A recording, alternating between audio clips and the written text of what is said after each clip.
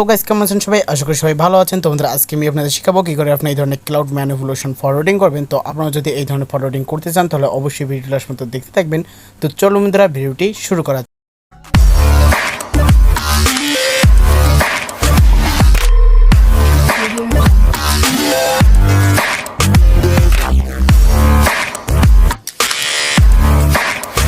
তো guys first আপনি PicsArt app লিংকে এই ব্যাকগ্রাউন্ডটি ওপেন করবেন। তো এই ব্যাকগ্রাউন্ড সহ আমরা এখানে যে কয়টি ফটো ইউজ করবো সবকটি লিঙ্ক দেওয়া থাকবে আমাদের ডেসক্রিপশন বক্সে, তো সেখান থেকে আপনি ডাউনলোড করে নেবেন। তো তারপর এখান থেকে চলে আসবেন অ্যাড প্লাস ফটোতে। তো তারপর এখান থেকে এই ফটোটি অ্যাড করে নেবেন। তো তারপর এটি এখানে ফুল স্ক্রিন করে দেবেন অ্যান্ড এটি এখানে জাস্ট ঠিকভাবে অ্যাডজাস্ট করে দেবেন। তো তারপর এখান থেকে করে দেবেন ডান।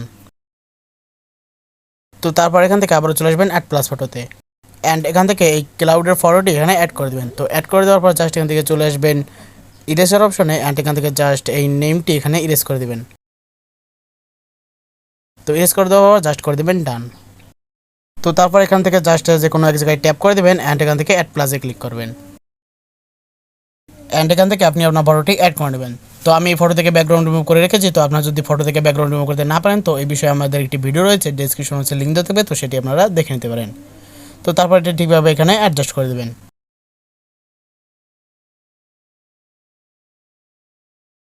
তো অ্যাডজাস্ট করার পর এখান থেকে যে কোনো এক জায়গায় ট্যাপ করে দেবেন অ্যান্ড এখান থেকে অ্যাড প্লাসে ক্লিক করবেন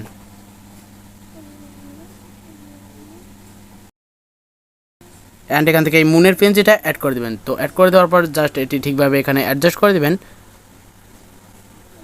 অ্যান্ড এখান থেকে এই অপশনে ক্লিক করে এটি মুভ ডাউন করে দেবেন। তো তারপর আবারও এখানে অ্যাডজাস্ট করে দেবেন অ্যান্ড এখান থেকে করে দেবেন ডান। তো তারপর আবারও চলে আসবেন অ্যাড প্লাস ফটোতে অ্যান্ড এখান থেকে আবারও সেই ক্লাউডের পিএনজিটা অ্যাড করে নেবেন। তো অ্যাড করার পর জাস্ট আবারও চলে আসবেন ইরেজার অপশনে অ্যান্ড এখান থেকে আবারও সেই নেমটি এখানে ইরেজ করে দেবেন। তো তারপর এখান থেকে ডান অ্যান্ড এখান থেকে জাস্ট এই পাশে এখানে ছোটো করে এখানে জাস্ট অ্যাডজাস্ট করে দেবেন অ্যান্ড এখান থেকে চলে আসবেন এই অপশনে অ্যান্ড এখানে ডুপ্লিকেট। তো তারপর এই পাশেও ঠিকভাবে অ্যাডজাস্ট করে নেবেন অ্যান্ড এখান থেকে করে দেবেন ডান। তো তারপর আবার এখান থেকে চলে আসবেন ড্র টুলে অ্যান্ড এখান থেকে এই অপশনে ক্লিক করে এটি আপনি সাইজ এখানে 15-এর আশপাশ রেখে দেবেন অ্যান্ড অপাসিটি এখানে 70 রেখে এখানে হার্ডনেসকে 1 করে দেবেন অ্যান্ড এখান থেকে হোয়াইট কালারটি সিলেক্ট করে এখানে করে দেবেন ডান।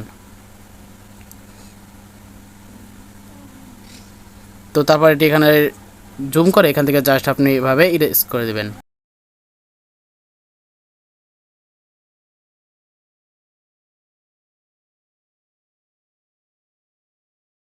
তো দেখতেই পাচ্ছেন আমাদের ফটোতে শাইন এসেছে। তো তারপর জাস্ট এখানে করে দেবেন ডান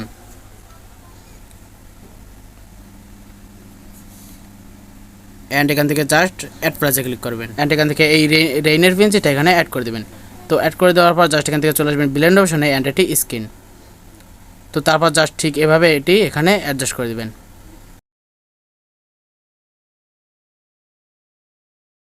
তো অ্যাডজাস্ট করার পর জাস্ট এখান থেকে চলে আসবেন ইরেজার অপশনে অ্যান্ড এখান থেকে হার্ডনেসকে 40-এর আশপাশ রেখে অপাসিটি 90 রেখে এখানে থেকে জাস্ট আপনি এইভাবে ইরেজ করে দেবেন।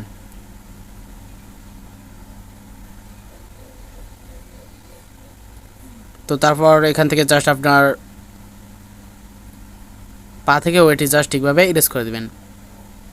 তো তারপর এখান থেকে করে দেবেন ডান অ্যান্ড এখান থেকে আবারও ডান। তো তারপর আবার চলে আসবেন অ্যাড প্লাস ফটোতে অ্যান্ড এখান থেকে এই বার্ডের পেন্সিলটা এখানে অ্যাড করে দেবেন। তো তারপর এটি জাস্ট এখানে ছোটো করে ঠিকভাবে অ্যাডজাস্ট করে দেবেন। তো তারপর জাস্ট এখান থেকে করে দেবেন ডান। তো গাইস আমাদের ফটো এডিটিং কমপ্লিট। তো তারপর জাস্ট এখান থেকে এই অপশনে ক্লিক করে এটি আপনার গ্যালারিতে সেভ করে নেবেন। তো বন্ধুরা আশা করি ভিডিওটি আপনাদের কাছে ভালো লেগেছে। যদি ভিডিওটি ভালো লেগে থাকে তাহলে অবশ্যই আমার চ্যানেলকে সাবস্ক্রাইব করবেন আর ভিডিওটি ভালো লাগলে সেটি লাইক করে দেবেন। তো বন্ধুরা আমি এই ধরনের ভিডিওটি আপলোড করে থাকি। তো আপনারা যদি এই ধরনের ভিডিও দেখতে চান তাহলে অবশ্যই আমার চ্যানেলকে সাবস্ক্রাইব করে পাশে থাকা বেল আইকনটি অন করে দেবেন। তো বন্ধুরা ভিডিওটি এ পর্যন্তই, দেখা হচ্ছে নেক্সট ভিডিওতে। সবাই সুস্থ থাকবেন, ভালো থাকবেন।